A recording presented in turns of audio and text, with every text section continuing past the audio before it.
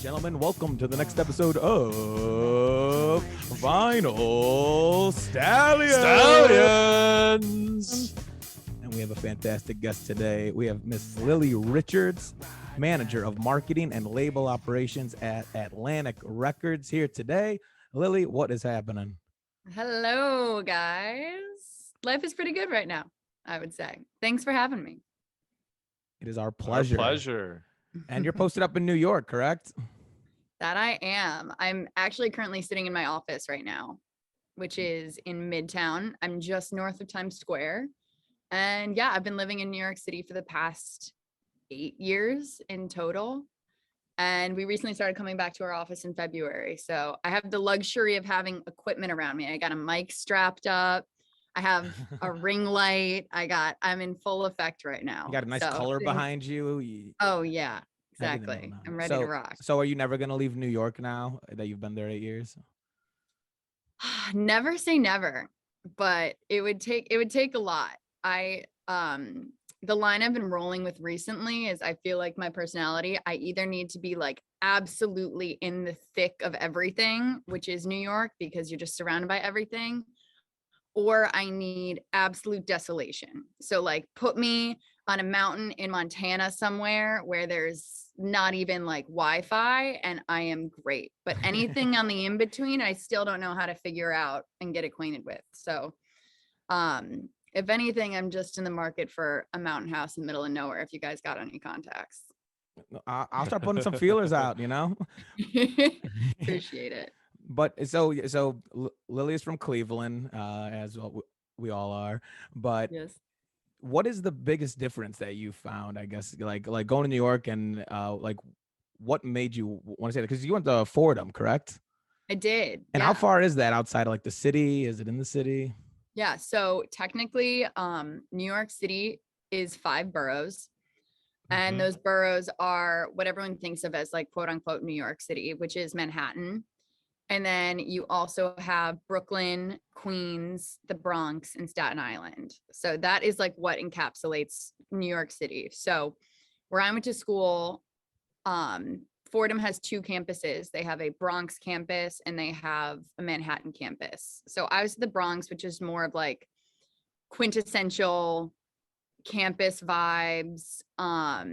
The liberal arts school, the business school is all up there. And then their campus down in Manhattan is more like performing arts, visual arts. Their law school is down there. So where I was up in the Bronx, to get down to like Manhattan or to get more to like where the action was is like a 30-minute ride on the subway or something. But to like say that's where the action is, it's like action's everywhere here, I guess, is like the best way to describe it. So like even up in the Bronx, that's where like Yankee Stadium is, right? So like my school was like 20 minutes from Yankee Stadium. So what drew me to New York originally, I guess, my mother went to Fordham, but it was never really like a focal point in her life. It was just a way that I was like familiar with New York City. And we had some pretty good family friends growing up who lived out in Long Island. So we would take like an annual trip to New York probably every year since I was like really young. And then I did a 2-month stint the summer going into 8th grade where I lived in Manhattan with my mom. And this was back when I was like in like acting and theater and doing all that stuff. So I kind of like lived here to like try and live out a 13-year-old dream and like auditioned for a bunch of like plays and like commercials and stuff like that. And so as a 13-year-old girl getting to just like be inundated by the city, I completely fell in love.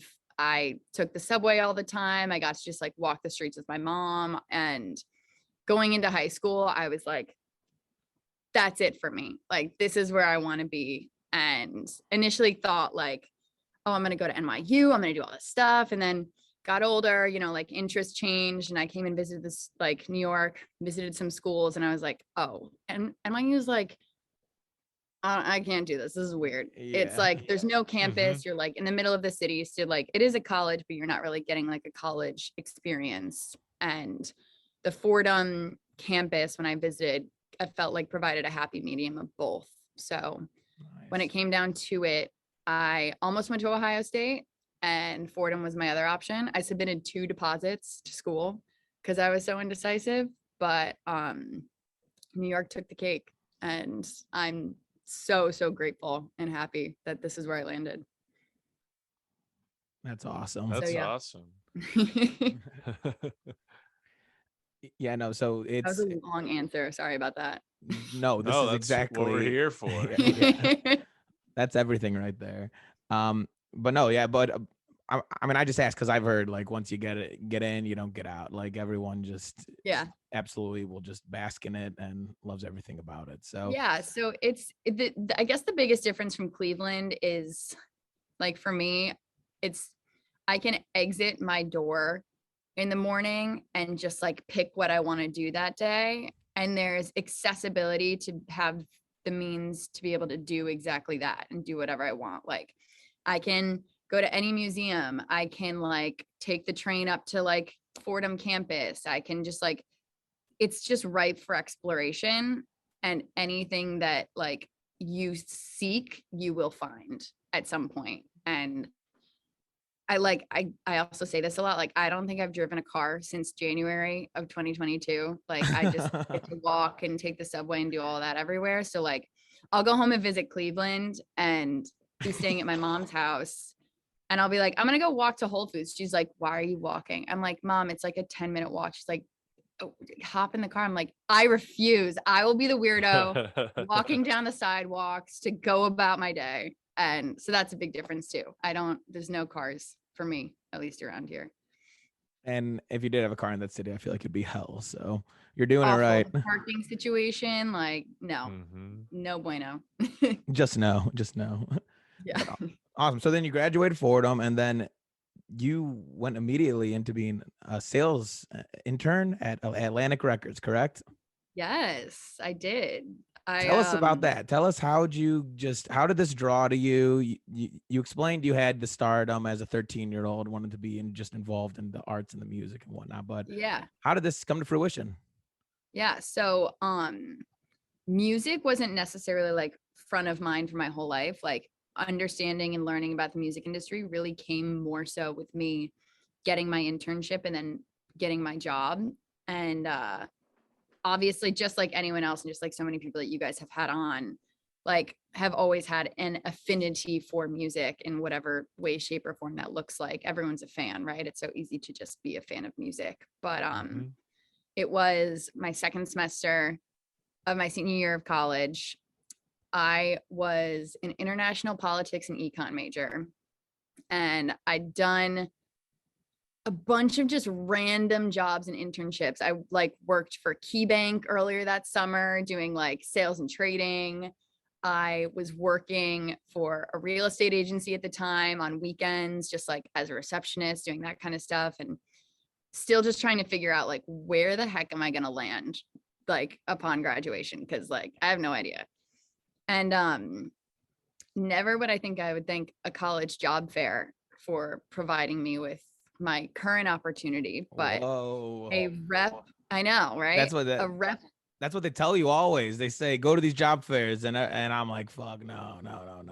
Like, literally fuck off. Like, who could ever say that? But I struck up a conversation with a rep / recruiter from Warner Music Group, which is the parent company of Atlantic Records, where I currently work, and landed an internship for my last semester of school in the sales department. So sales has now kind of transitioned fully into the streaming department. And what sales was prior to my time there was truly that, like, talking about like sales in Walmart, Kmart, like Target, like it was the distribution of the recorded music that the company was trying to promote. And so when I first started, that was 5 years ago now. So it was still a little bit of that, but more definitely transitioning into working with all the streaming platforms, those being like Amazon Music, Spotify, Apple, Google Play a little bit. And what I would help do is essentially like compile all of the research and the data on the weekly streams for the artists and the projects that were high priority on our list. So that's how I got my initial exposure and had a lot of fun with that. Our office culture is not normal, I would say. So like it's pretty, yeah. So it's pretty open as far as, you know, the dress code, the flexibility, and it was unlike anything I had experienced prior. Like I got to wear whatever I wanted. I got to show up at like 9:15 and leave at whatever time. Probably a bit different than KeyBank. just a bit. Just a bit. I was waking up at like 4:30 in the morning to catch a train to like be on my trading desk at like 6 a.m. for KeyBank and like wearing heels. I'm like, I don't wear heels point blank period ever in my life. Like this is weird. Like I can wear sneakers to work every day. Sick. But what also came with that, I felt like, was the openness to kind of talk to anyone. Like there was a pretty open door policy within the building to talk about music, to talk about life, to talk about, you know, people's histories and all of that. And I also felt like there were a lot of people in the building that came from a wide variety of backgrounds, and everyone was just unified by, you know, the love of music or the history of music or everything that goes into it. So that was my real training into what the music business really looked like when I started. Like, for instance, there's a position called A&R, and an A&R is someone who goes out and scouts the artist. They're attending the shows. They're looking at, you know, what's on the uptick on all the different streaming platforms. And they're the ones that are actually signing them and then getting them in the studio. And I didn't know what that was until I started my job here. So fast forward like 4 or 5 months into my internship, I had developed a rapport with the finance and operations team. So still very internal, but the assistant at the time, it was my last day of my internship, and we were just chatting, and she was talking about her boss and like work. And she was like, what are you up to after this? And I was like, I'm going to get dinner. She's like, no, like, what are your plans for once you leave? And I was like, nothing. I don't know. And she was like, well, I'm leaving and my position is about to go live on the Warner Music Group open job site. And I'm totally going to vouch for you. So like, go apply. And I got a full-time position as assistant to the CFO and marketing operations assistant in July after I graduated. And then I've kind of just like worked my way up in the same department, though my job has changed ever since then. So yeah. That's incredible. What's it like being like more on, I guess, the financial side? Like obviously you're still in music, but I guess like how much does your day-to-day like actually involve music? Definitely less than a lot of other people that I work with. So we're for sure the least creative part of the whole organization. But what I find value in is the fact that, again, because I had no music background prior to this, like I have learned the ins and outs of what it looks like to run a business. Like, for instance, I was just training someone today in like our operating systems and like payment systems and the way we pay people out, the way the company, you know, pays for services or vendors or whatever it is. We use the same financial platforms that a lot of organizations that work with like factories and like machinery, like it's all kind of the same operations at the end of the day in the back end. So to be able to like take that acumen and then apply it to something really creative and fun and interesting, I think has been super valuable to me. So like, yeah, day to day, I'm not sitting here making video content for Jack Harlow and Cardi B and stuff, but I am paying the people I was gonna that are say making all of that content.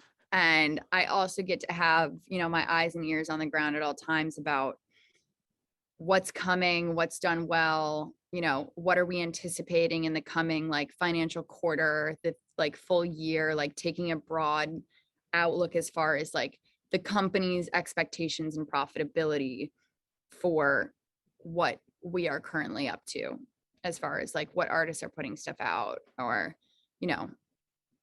who is in the studio, what can we anticipate in the coming year. And then everything that Atlantic does rolls up under Warner. So it's managing the expectations of like Warner Music, which is this publicly traded company, with the digital marketer who's like, we got to make this TikTok go. And we're like, all right, well, like, let's see if those line up, essentially. That's freaking awesome. I think that side of the business is very interesting. I don't know. It doesn't get talked about a lot, but it's totally there, and it totally has to be done right, or else like the records you hear don't get put out, the concerts you see don't get put together. Like at the end of the day, it has to make money. It has to make money, and there's so many hands through which all of this is passed all the time in order to make it, come to be. And it's fun, especially now, as you mentioned, like the live events thing, like post-COVID, like things have been nonstop. And that's also for us, like on the financial side, even it's fun when stuff's busy too, because it's like, I don't know, it feels alive on both sides, both on like the creative side and on the financial side, once like things are on the uptick again. So it's been nice in the past, I think like 8 or 9 months, I would say, for things to be alive again, essentially. And then I still get to reap all the benefits of coming to a very creative and very fun and very unique office now that we are back. And that's something that I've always, as I said earlier, just like been super grateful for. So. Yeah, that does sound awesome. I work for a bank, so I'm shirt and tie every day, and I would love nothing more than to be able to wear a t-shirt and slacks into the office. Well, never say never if you think about it, man. I mean, the man who's our current CFO, his role was similar. He was like a Lehigh grad, went into banking or finance or maybe even like accounting or something, and he got like 2.5, 3 years in and was like, I am absolutely done, and got a job in like Warner Music corporate and like slowly worked his way up. And I have another guy on my team, same thing. I think he worked for like Fidelity or worked for someone else when he got out of school, and was just like, this ain't it.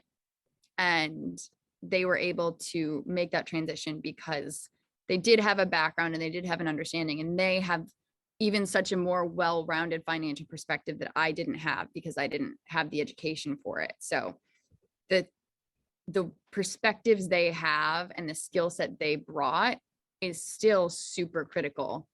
And they were just able to make a life for themselves that was a little more in line with like what they wanted. So don't sell yourself short on that. You can always do it. Well, start a record label in Cleveland. I don't dislike the actual work I do. I just don't like wearing the shirt and tie. Yes, I understand. Are you working remotely? Are you able to dress down a little bit? Or no. Are you going in? Yeah, we never went remote at any point. So, yep, shirt and tie for and then the I'm last over 3 here. years. Yeah, I'm never gonna go into an office again in my life, so I can't relate. JJ, what do you do? Remind me. I forget. I actually just started a new gig. It's a company. Yeah, thank you. It's at a company called Mobile Locker. We're doing tech sales to like pharma, biotech, and whatnot. But it's like my first real. Well, so I'm doing. It's a very small startup company, so I am definitely touching into a lot of the marketing aspect as well, which is why actually this question got brought up. So a term I'm hearing nowadays on the LinkedIn is called the omni-channel marketing. Which is touching on, it's which is marketing, basically just hitting everyone at the same time. But I couldn't imagine doing it with something that everyone out there is seeking, which is the music of your artist. Like you guys have incredible, like from Ed Sheeran, Bruno Mars, you guys had fucking Zeppelin. I see you posting at a little backstage Lizzo concert recently. Yes, she came in. She came into the office and played some tunes off of her album that's coming out soon, which was nice. It was not nice. It was really fun. It was very cool. Yeah, no, it looked incredible, and again, that's just a casual thing. Do any of these things like do these people ever just walk in the hallway? Like are you ever like starstruck whenever you see someone? So you get that sometimes. Got it a little more pre-COVID. The biggest people I've seen in the office, Lizzo walks around. I saw Ty Dolla $ign when I had like first started a couple times. He would walk around and like say what's up to everybody. I've seen Cardi B in the office, but she's a little bit more sneaky than that. I just like, I remember seeing her. I like saw this. Our office is connected by one like stairwell that sits over a stage. So you can see people coming up and down. I remember just like walking by the stairwell one time and I see this guy coming down and then I see this girl in like a white like robe, like a giant like floor length bathrobe. And I was like, I'm gonna walk a little slower. Who's walking around in a bathrobe right now?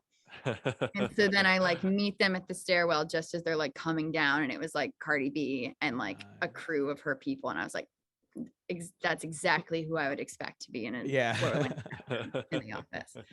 Like, and then a lot of the times it's like young baby artists who just got signed or who are like in process, and they're coming and like doing their rounds and meeting, you know, the people that are assigned to them as far as like the product managers, their digital marketers, stuff like that. So they'll be in and out all the time. And then we also shoot like some content here, and we do have a studio in-house. So people will come in and out for that kind of stuff as well.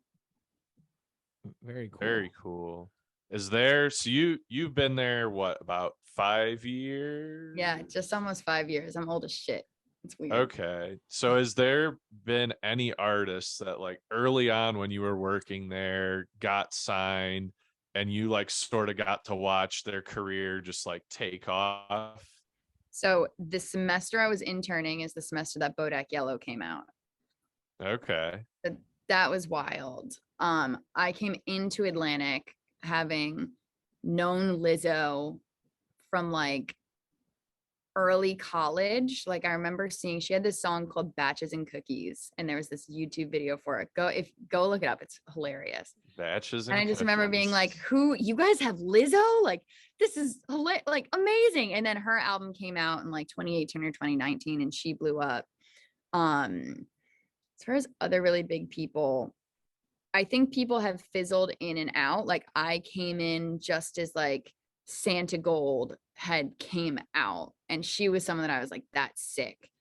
Another band that got really big more in like the rock and punk leaning stuff was this band called Swimmers, who I was really into. And that's they're not around anymore, but at the time it was Billy Joe Armstrong's son and a bunch of his buddies from the Bay Area who put together like a band, and they were super fun to see. I like wanted to watch them pop off, and then it just kind of like fizzled. So there's definitely more of those stories. There's a group right now that just got signed that I'm like really, I haven't been this excited for like a new signing in a really long time. I think they're going to be awesome. It's these two dudes from like New Zealand. Their name's Balu Brigada, and I just think their music's great. I'm excited to see that. And then under Atlantic, a sub label is Elektra Records. And there's a bunch of all these like umbrellas and parent companies and whatnot. So under Elektra, there are 3 labels. There's Elektra proper. There is Fueled by Ramen, which has been like a quintessential like alternative rock label. Like they have Paramore, they have Panic at the Disco, they have stuff like that. And then Roadrunner, and Roadrunner is the like legendary like hardcore rock label from like the 80s. Like they had any like hardcore metal band you could think of back in like the 80s or 90s signed to them at one point. And then there's still remnants. So they still have like Slipknot, they have Code Orange, and then they have a bunch of other newer artists more in like the punk and hard rock scene that I'm hoping blow up. One of those bands is actually Turnstile. There's someone that I got to see in like 2017 or 2018 when they were like babies, and they put out an album last year that did exceptionally well. So I saw them once this year already. I'm hoping to see them again. And they're another one. I have my full weight behind them. I'm obsessed. So I hope that they just absolutely pop off. Very cool. Yeah. So like, let's say Atlantic is getting ready to like sign an artist. I guess like what's your level of involvement with that? Because obviously like you're on the financial side. Do you like, is there any sort of like, well, we think this artist might be able to produce, you know, X amount of revenue, so here's what we should offer? Yeah, they come to me. Actually, I give the stamp of approval. I'm the final say on every single person we sign. No, so my boss, or my former boss, the CFO, he's involved as far as doing what's called like a deal analysis. So he is provided, you know, all of this information about a prospective artist that we're going to sign. And then he goes and takes that and either does it himself or gives it to his team. And usually they like run comparisons. So they'll like take how their current work is streaming, which is usually like little to nothing when we first get an artist, right? Unless it's someone who's already established, who is just looking for a new contract, stuff like that. But he'll take that and then do like comparable analyses of artists that are similar, that they think are similar, see what they're doing, and determine whether or not it's a decision that like is profitable or wise or whatever it may be financially. The hardest part, I think, is that like you never actually know, or you have someone on the A&R side or someone who's even like higher up than him who is like, we feel so strongly about this. Like, we have seen their fan base, we've seen them live. Like, there's so many other metrics to it outside of the finances where they would still be liable to pull the trigger. And that's happened often. But the finance team is involved just as far as being like, here's what we anticipate. Here's what we say could be like wise as like putting an offer on the table. And then from there, kind of like meeting the artist at a happy medium as well, based on like their expectations. Very cool. Very cool. So, but me, I don't do finance stuff. Again, I didn't like major in that. I'm not like running P&Ls. I'm not like really looking at, you know, a deal analysis. My role specifically is more like once an artist has been signed and has created a body of work that they're thinking about, you know, sending out into the world, I work operationally with like all of the marketing people to kind of determine like, all right, what's going on? What's the plan? How are we going to roll this album out? How are we going to blow it up? What is the tour that you're thinking? What TV shows are they going to be on? And like, let's make sure that all of this is just like feasible and we can make it as effective as we can. So that brings me round circle to my question that I began before I jumped into Lizzo. But I was just going to say, like, how is it like you have, again, what people are looking for? Like, people want new music, people, and from whether it be like people who they don't know or in general. So like how does your marketing mind work? Like, what is like the first thing you guys are like, all right, we have to attack here first, or have to like create I don't know, you don't see commercials. I don't know, like what, walk me through. We just got a new artist. Like, what are we looking at to do? Yeah. So I think when an artist gets signed, they're still working with like their A&R staff. So like if they have music out, great. And you can get a feel for that and then get a feel for like who you anticipate their clientele is. And also all the streaming platforms do provide a lot of metrics as far as like what cities are like most popular, like what is the type of person, and all of that data is super helpful for us in order to better hone in on things that we can market towards or get more specific, right? And then once an artist has a body of work, and trying to come up with how to like expose the masses to it in a way, you have your regular like ground that you need to cover as far as We're going to try and put them on a tour. Like if they're a young artist, trying to find an artist, trying to find someone else that they could open for, like that's always big. So tour support's a big thing. We like to get people out on the road, especially if we've seen them perform live already. And like, it really resonates with an audience. Like that's huge. Just getting them in front of people. It helps, especially in this day and age, to have a social media presence in some way.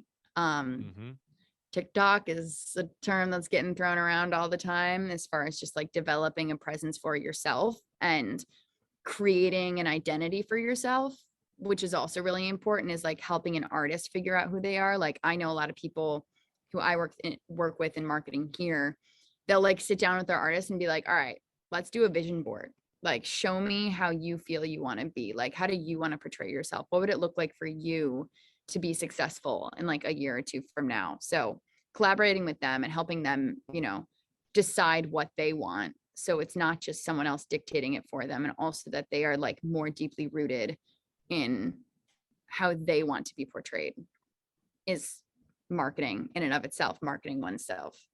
Other than that, we still do a lot of radio work. So we still have a staff of like a radio and promo team who are talking with regional, national radio stations all the time. People are still doing interviews all the time and getting their music out there for like quote unquote soccer moms who are like still listening to the radio, or, you know, like Uber drivers. Like you hop in an Uber, they're listening to something. And usually, at least in New York, it's not their iPhones. They're listening to something on the radio. So that is still going on. There's a lot of time and effort put into like video production, which is like music videos and video content. Usually trying to collaborate with a bunch of other like platforms as well. Like we do a lot of like work with Facebook and work with YouTube and stuff like that. Digital advertisements are big, and that's where like our digital team really has a hand. And that's where what I was saying earlier, like data gathering is really important. Like any information you can get from a consumer helps to just like drive in a particular direction for someone, so that we're not just like throwing shit at the wall and seeing what sticks where. It's like, okay, now we actually have a target. So those are the top things I can think of, like videos, tours, still getting people out to late night TV shows if they can. That happens a lot. And I also think that anything that's like experiential, that's where marketers can get really creative. Like we were just talking about an artist who has a song coming out, and they were like, how can we get this guy on a float with a bunch of strippers for Pride and like play his music in Las Vegas? Like, who knows a guy who's got a limo? Like, who knows a guy that can connect us with this? It is a lot of like a collaborative, like, well, what if, how could we do this differently? Maybe, while also combined with the fact like, hey, we can't spend $2 trillion on someone who has 4 songs out. So it's a balance between the two. That's everything though. Like that is everything, is getting creative and how to reach people in ways that they don't expect it, or absolutely like that. Especially when you're inundated, like I think everyone is always starving for new music, but yet the market is so saturated with so many things. And so to really carve out something unique is simple but difficult at the same time, because there's so much that you could be buried underneath as well. And like someone who is really into crate digging or digging through music, I think it's easy to get really excited but also get really jaded when you're just like constantly sifting for something. There's so much fucking good music out there, and it's it's ridiculous. It's absolutely ridiculous. Like I went to show May Halls in Lakewood a couple weeks ago. I was going for one band, and like all 3 of the bands, I was just like, yes, like, you guys, fuck. Absolutely. And that's also the power of live music. You go and see anyone live, and all of a sudden you're just going to listen to them for 6 months straight. Like they're the best thing ever. So exactly. It's awesome. I love music. It's so good. it fires it up. It gets me fired up at least. But oh my Yeah. gosh, sorry Tell to us go a off little bit topic. about. Oh, Yeah, sorry. I'm sorry. Go I ahead. just noticed your hat. Is that a happy dog hat? oh yeah, it's a happy dog. I'm Have- actually looking at the happy dog right now. I live right behind it. Oh my goodness. Have you gone to like the polka shows there? Didn't they have a polka night or something Yes, at they Happy do. I have Dog? not been, but I have heard of it though. Oh my gosh, so funny. Okay, sorry. That brought me a little bit of joy. No, But Happy Dog's so good. Shout out to Happy Dog, Gordon Square, Cleveland, Ohio. Live love it. music, hot dogs. You can put Fruit Loops on your hot dogs. I suggest you don't. Amazing. The bacon mac and cheese one's pretty good too. I have tried the slider dog because I mean, come on, you see that on the menu, you gotta have it at least once, right? Can't not. Yeah, no, all I was getting at earlier is I was just gonna say, like, what type of music are you into personally? Like what have you been, you hop, I guess not hop in the car, you hop on the subway, you got your headphones in, like what are you throwing on? It just depends on the day. Honestly, I used to listen to music nonstop. I almost had to like taper myself from it. So now like if I don't go into my office, for instance, I like to like take walks in the morning, and now I don't listen to anything because I was just like this, I need to like be alone with my thoughts for a sec.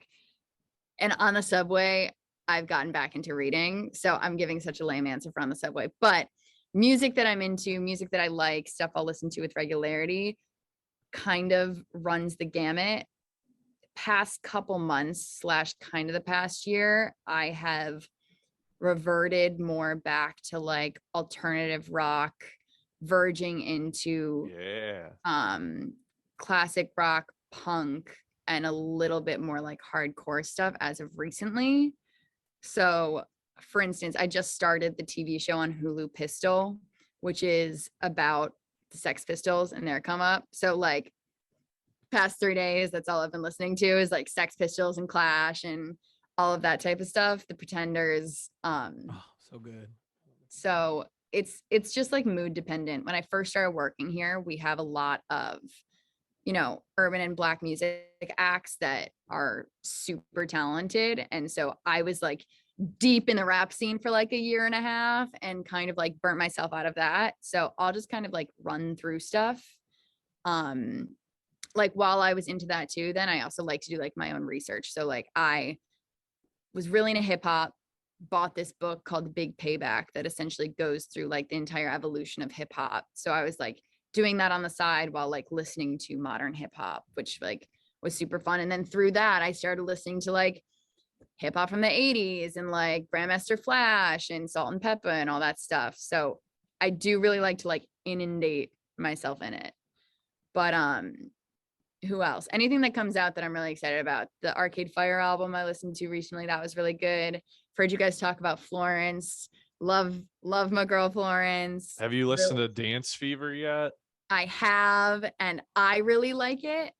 I think my favorite song on the album is Free, and then Girls Against God or something like that. I really like it. She can't do anything wrong, in my opinion. I adore her. So I have not listened to it yet, but it's on my list. oh, you gotta. Now I'm going back. Oh, as I said before, I like to tie a lot of like educational stuff in with the stuff that I listen to. So like, again, you guys are huge Bruce people. I was thinking beforehand, like an artist that I got into early last year or in 2020 was Patti Smith. And I read her book, I read Just Kids, and then like absolutely fell inexplicably in love with her. Well, explicably, I guess. She's a very lovable person. Yes, but and her first top 40 hit song was Because the Night, and that was co-written with Bruce. So I thought that was pretty dope. And then hearing stuff like that, getting into the background of something, and then again, anyone I see live, I'm just gonna listen to for the next like 2.5 months straight. Are you just stalking like Wikipedia always? Because that's what I do. Just anytime I'm like, this band was recommended for me because of this song. Oh, who are these people? Yes, absolutely. Just doing deep dives. What else was it? Oh, I went through a phase a couple months ago. I connected with the co-owners of all the Luca establishments in Cleveland. And I started doing playlists for them for each of their restaurants. So like based on, I was essentially talking to them about like, I had a couple of drinks in me one night when I was back in Cleveland and was telling the woman, I was like, you're doing such a disservice to your places by just like playing top 40, like, let me help you. And she's like, okay, do it. Yeah. So I like started making like different playlists for the 3 different locations. So for like the one downtown, for instance, I was like, this gives me more of like a lo-fi club vibe. So I was just like deep in Spotify depths of like hotel lounge, electronic music, stuff like that. Like fine. And then I'll like save or star one and I'm like, wait, this is actually awesome. Like, who are you? So yeah, I kind of dig myself into a hole and sit there for a while and like marinate in it. And then I'll crawl out and find a new hole. You just created a new role. Like that's places need that. People creating They playlists absolutely for them. do. Mm-hmm. I got a little confident after that and started like randomly like messaging other restaurants on Instagram. And I had like a whole pitch about it. And I had like one person respond and the other people are like, we already have a staff that does that. Thank you. I'm like, I believe your music taste is probably great. I'm not knocking it. I'm just like letting you know. I'll take here. this. I'll take this on for you. Yeah, exactly. I'll take it off your hands. That's awesome. Yeah. What about you guys? What's some new stuff or old stuff or any stuff that you've been listening to recently? Yeah, I guess I don't know, at least for me. I'm going to look. Yeah. I would say probably just Dave Matthews Band, because I just went to a Dave Matthews Band show on Tuesday and we're going this weekend. So at least like in the short term, it's been a lot of that. Dave. Yeah. Is the show a Blossom?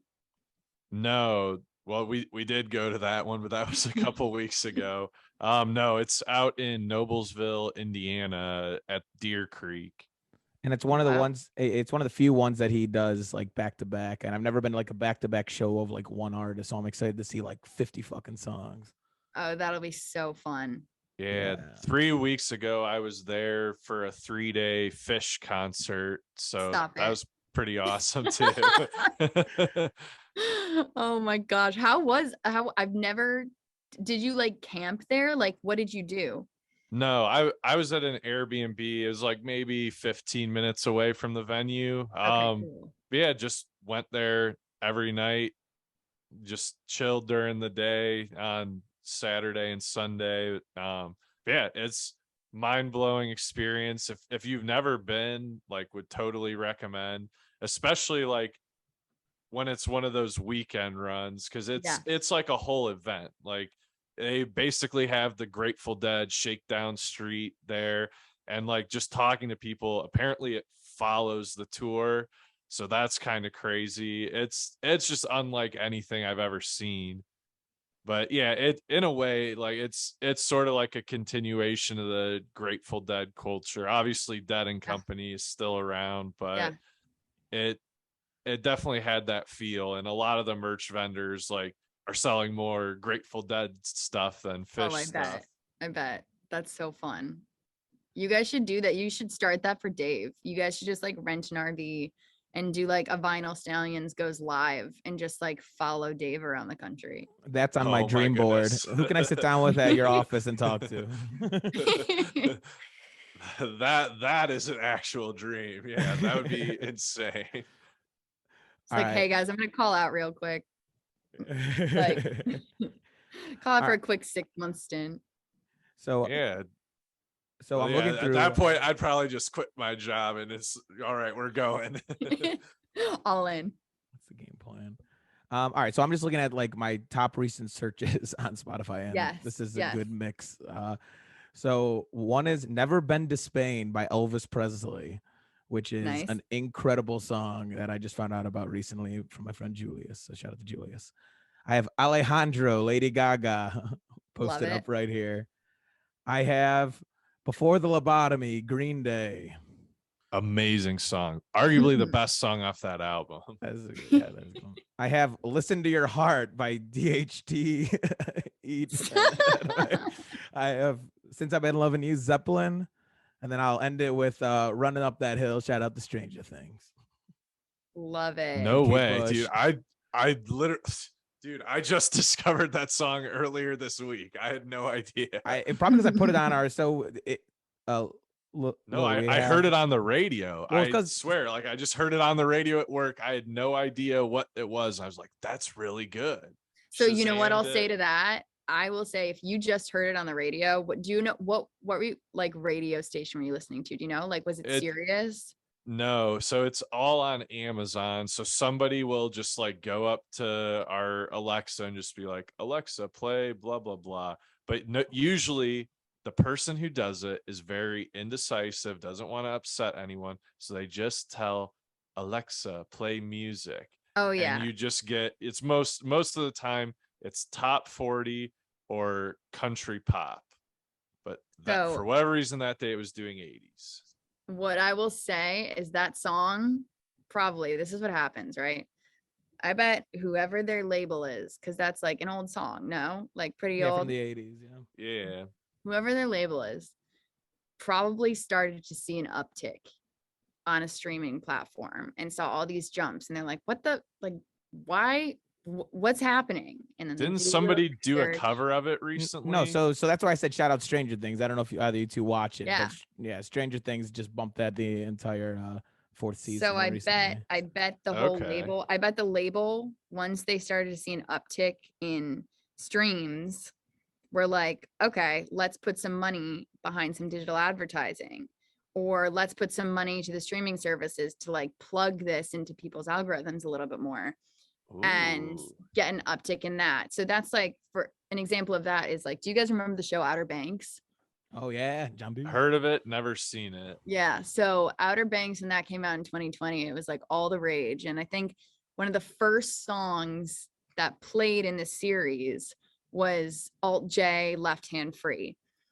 And people in my office, Alt J signed to like a sub label under us, and people in our office were like throwing up their hands, like, why is there this giant spike in this song? Like, no one could understand. It was the first, like, in my mind, real example of like Netflix or social media or whatever it may be really like popping a song out. So once that happened, you start to put like money behind it again, because we're like, all right, let's keep this going. Like, yeah, it's like the same thing with that Kate Bush song that's all the rage right now. Like, someone just caught wind of that, and she's probably like sitting in her house, as old as she is, like, who would have thought this would have like a turnaround again? So it's like both beautiful and scary that like all these people, things can just like come back to the surface. Like, you can have catalog stuff all of a sudden be so like marketable and profitable again. And that's like what that reminds me of. Like, that song probably came on your Amazon Alexa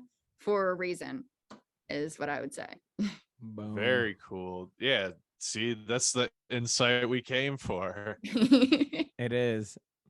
Kate Bush, shout out. I think, fun fact, David Gilmour founded Kate Bush. I read that recently. Interesting. Yes, and they, I know they have, I think they performed that song together somewhere on the YouTube. But all right, I have a question. We talked about a while ago. So we talked about Atlantic Records. We talked about everything that stems out like side of it. Do they have to go through Atlantic Records, and then do you guys like filter them down, or like are the like road runners and stuff able to like make their own calls? How does that work when it's like signed underneath? So yeah. So most of the labels were independent unto themselves until they reached a certain size, and then it became truly like a mergers and acquisitions-esque conversation between two labels. So like Roadrunner was ingested into Elektra Records back in like the early or mid 2000s. And with that, a lot of the times that comes with like their marketing teams all move over. And it really is more of like a financial integration than it is a creative integration. Like they still very much have their own style, and they are still able to like sign their own acts that are more in line with like what they are or what they market themselves to be. The difference is just like any other like business organization that decides to merge, where like now all of a sudden the books are together and they have higher ups that they need to meet certain expectations for. But most recent example, I think, let's see, what can I think of? The Roadrunner thing was one. And actually, since I've been at Atlantic used to be like the parent company of Elektra Records. And they decided it was best for them because they were so different. And Atlantic was very much more like pop and hip hop, and Elektra was more like alternative and rock. And it wasn't fair to kind of assess the two based on the way they stream, based on their audience, all of that. So they like split them out and became two separate entities that both function under Warner, because it was like you were constantly comparing pop acts that are like super mainstream and stream all the time and all of this stuff was a completely different audience than like a Motionless in White and Slipknot audience, right? Like they're incomparable. And so in that case, it was easier to look at them separately. But they were at one point integrated, but it's more the finances than it is like the structure of the company or like the values of the company that all of a sudden have to like align in a very particular fashion. Very cool. Yeah, that's interesting, honestly. Like just the umbrella of it all. Like most people have no idea that it's it huge. all falls under Atlantic.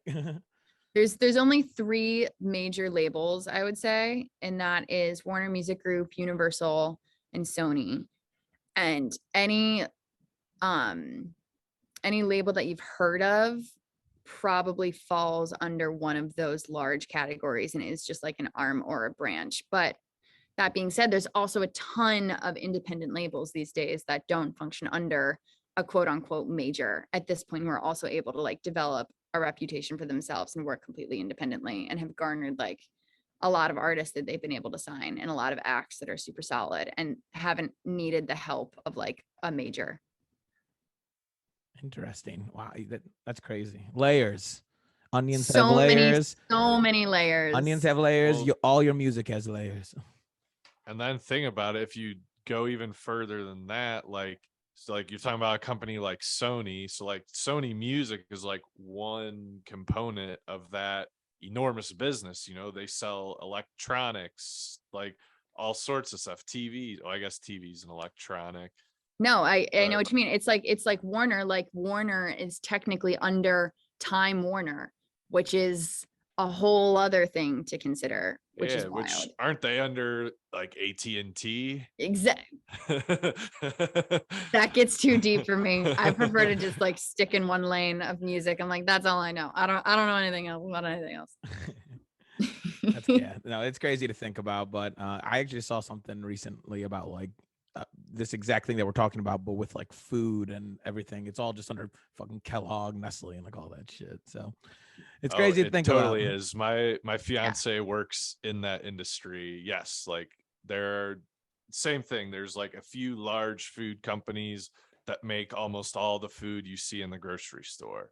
Yeah. And that is why I will take this time to say support your local farmer. 100%. Oh my gosh. That's my other love, is talking about food and like supporting also the environment all day. So like I won't get started on that. I'm gonna go with you and say support your local grower, whomever that may be. You totally can though. Before we recorded this, I got back from picking up a bunch of fruit from like I do like what's called like a CSA. I know exactly what that is. Yes. Yeah. So I got my fruit share today. I love it. I do this like newsletter thing, and I've been considering going through like CSAs versus what are they called? Like just local farmers markets, and kind of like explaining it to people to be like, look, I swear it's great. Swear it's convenient. Let's all pitch a hand or something. It's great. So I hope your fruit share is excellent. It was. I couldn't even wait till I got home. I was just throwing strawberries in my mouth on the car ride back. That's awesome. All right, Lily, you've made it this far through this interview, but there is the encore, as always. All right. Klepp, I'm going to let you take it from here. So I guess I think it's fair to assume that you are an enjoyer of live music, right? Yes. So we Full ask stop. every guest this.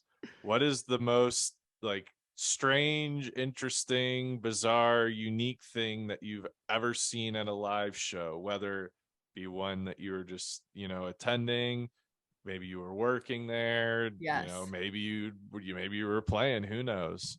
Oh my gosh. So I honestly knew this was coming. I knew it. I did my research.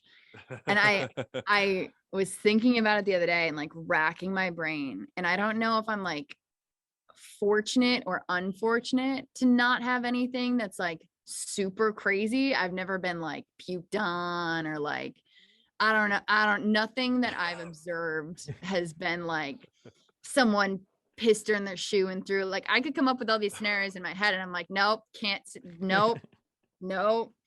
But the one that is a big deal, I guess, is in New York. I think it was like 2016 or 2017. I think it was 2016, I believe.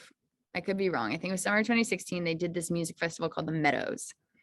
And it never happened again. And it was in like the parking lot of the Mets stadium. So like Citi Field. Interesting. And it was the concert where Kanye's Life of Pablo album had come out. And he was like the headliner.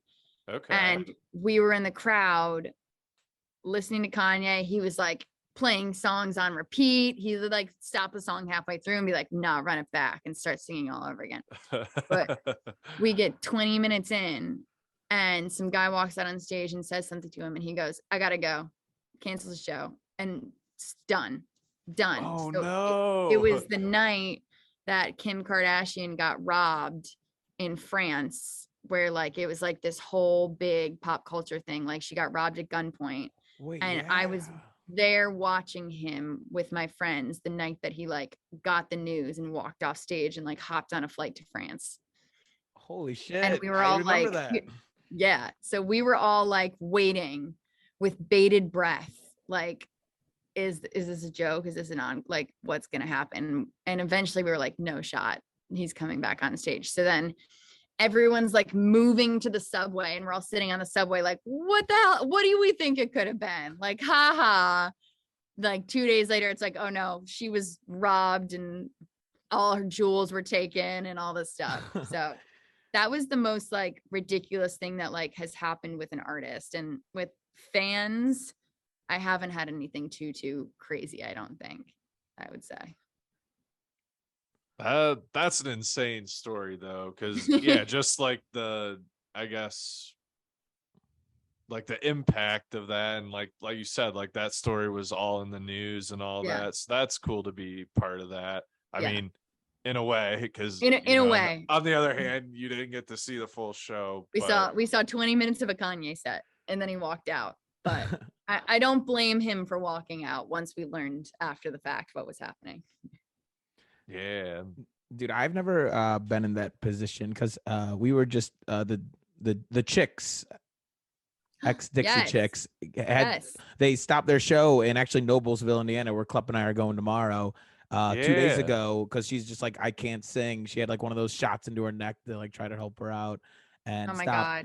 God. But yeah, I like, I mean, it happens here and there, obviously not often with like shows just being stopped, but I couldn't imagine just being in that scenario and be like, I came all this way. Right.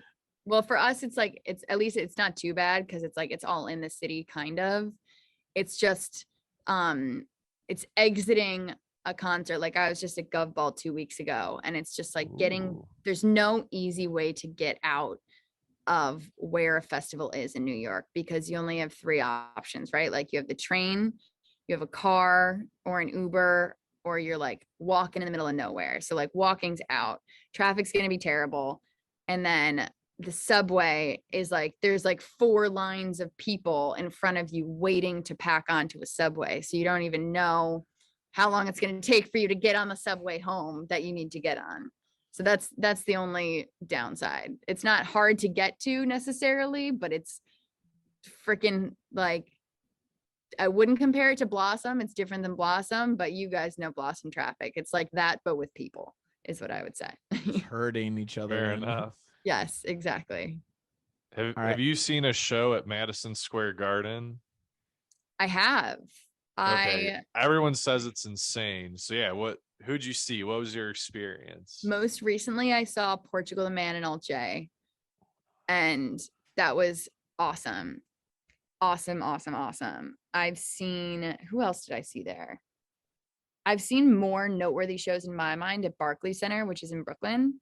Yeah. But not because of the venue unto itself. Like, it's just so grandiose. It'd be like going to see a show like at, I forget what they call the Cavs Arena, honestly, these days. It's like going to do that, right? It's awesome. MSG's gigantic. But Barclays Center, for me, sticks out. I got to see Paramore there. I've seen Bruno Mars there. I most recently saw Slipknot there. And I got to go to the Rock Hall induction ceremony there in 2019. And that was just like stacked with people. So Barclays holds more prominent memories for me, though Madison Square Garden is undeniably super, super sick and super fun. That's awesome. You saw Slipknot there. They are a bucket list show for me. I don't know why I didn't see them when they were at Rocket Mortgage back in April, but I know why. It was on a Sunday, but so Spruce lives in Cleveland. I'm actually about like an hour and a half west, just outside of Toledo. Okay. I don't know if you remember from when you were in Ohio. Yes, but familiar. Yeah. How was that though? 'Cause, rest in peace. There's no more. George.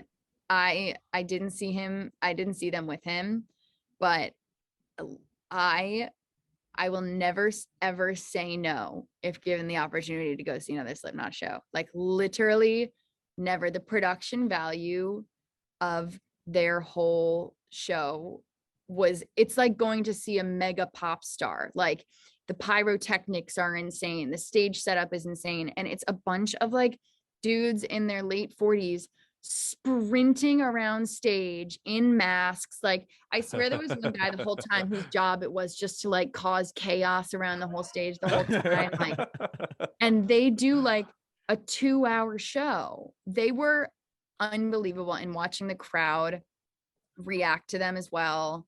And the lead singer, I forget his name off the top of my head, but like, he is on stage like the whole time, and then he'll stop and just like talk about gratitude and appreciation and how like his fans are family and all this stuff. And the whole community around it is just something that I think is often like misunderstood. So getting to like bear witness to all of that, I left like totally, I got into a Slipknot hole after that show. I listened to Slipknot for like 2.5 weeks straight. Like, I'm like, I can't not. They're amazing. So yeah, highly recommend. It was super, super cool. Yeah, I need to make that happen. I've seen Stone Sour, which is yeah, same singer, same guitarist. I think might even be same bass player. Well, at one time, because Paul Gray has since passed. But yeah, I need to see Slipknot. They're amazing. You don't have to twist my arm. I'll literally go to any concert. Yeah, right. I drove up to like Fort Wayne, Indiana with Klepp like the day of. He's like, I got Korn tickets right now. You want to come? I'm like, fuck it. I don't know shit about Korn. I'm in. Let's go. It's just always a say yes thing, because why not? Like, who knows? Why not? Mm-hmm. Exactly. Well, Lily Richards, everybody, man, thank you very much. I appreciate you coming on. Like, it was honestly a pleasure to just talk and honestly hear this side of music as well that no one ever talks about really that much. It's all behind the scenes. No. Always here. I love to talk. I'll talk about music and anything related to it all day. And it was a pleasure talking to you guys. I so appreciate you having me. Yeah, absolutely. Yeah, you were very generous with your time. Thank you. Of course. Happy to do it. Love it. Absolutely love it. All right. Well, we'll do a little bit of a sign out. My name is Spruce. This is Lily. I'm Clep. And this has been another episode of Vinyl Stallion.